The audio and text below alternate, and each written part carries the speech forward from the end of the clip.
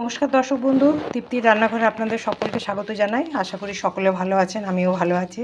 আজকে আবারও একটা রেসিপি নিয়ে এসেছি। আজকে করব মিষ্টি পোলাও। মিষ্টি পোলাওয়ের জন্য আমি এখানে দেখুন 1 কেজি গোবিন্দভোগ চাল নিয়েছি। এই চালটা আমি ভালো করে ধুয়ে পেপারে মেলে রেখেছিলাম যাতে জলটা একটু শুকিয়ে যায়। জলটা দেখতে পাচ্ছেন, হাতে লাগছে না, জল শুকিয়ে গেছে। আর এখানে আমি একটা গামলা বসিয়েছি। গামলাতে শুকনো কড়াইয়ে আগে কিছু মশলা ভাজবো, দেখাচ্ছি কি কি মশলা।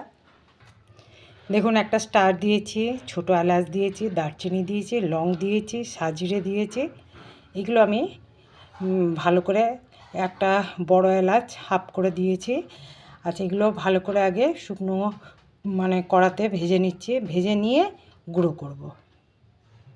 দেখুন ভাজাটা হয়ে গেছে, এটা নামিয়ে নিচ্ছি আমি। দেখুন নামিয়ে নিয়েছি। এবারে ওই কড়াতে আমি সাদা তেল দিয়ে দিচ্ছি।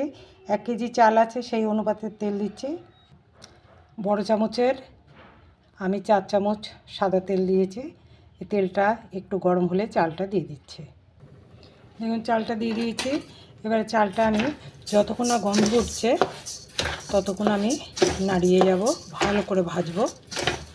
এই ভাজতে ভাজতে আরও কিছু জিনিস অ্যাড করছি। দেখুন, চা চামচের 1 চামচ দিলাম নুন, বেশ কিছুটা কাজু দিলাম, কেননা 1 কেজি চাল আছে, সেই অনুপাতে আমাকে সব জিনিস দিতে হচ্ছে। তো কাজুটাও বেশ কিছুটাই দিয়েছি। দেখুন বেশ কিছুটা কিশমিশ দিলাম। এরপরে আবারও ভাজবো। দেখুন ভাজছি আমি, আর হালকা এখন গন্ধ এসছে, এখনও পুরোটা কিন্তু ভাজা হয়নি।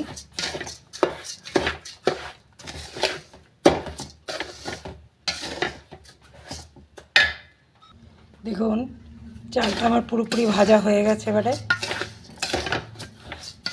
এবার আমি আন্দাজ মতন 1 কেজি চালে যতটা জলের দরকার সেই আন্দাজে আমি জলটা দিয়ে দিচ্ছি।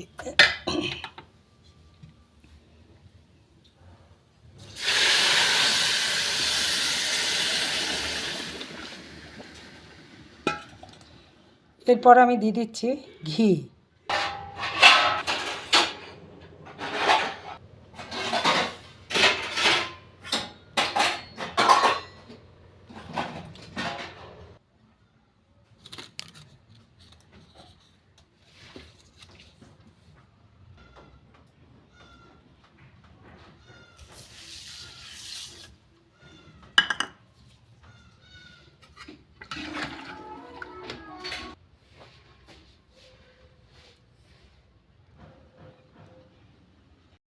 দেখুন জলটা অনেকটা শুকিয়েছে, কিন্তু এখনও পুরোটা 100% সিদ্ধ হয়নি, তাই আমি একটু গ্যাসটা লো করে ভাপে দিয়ে দিচ্ছি। দেখুন একদম সিদ্ধ হয়ে গেছে, আর গ্যাস অফ করে দিয়েছি। একদম ঝরঝরে পোলাও হয়ে গেছে। আশা করি আপনাদেরও ভালো লাগলো।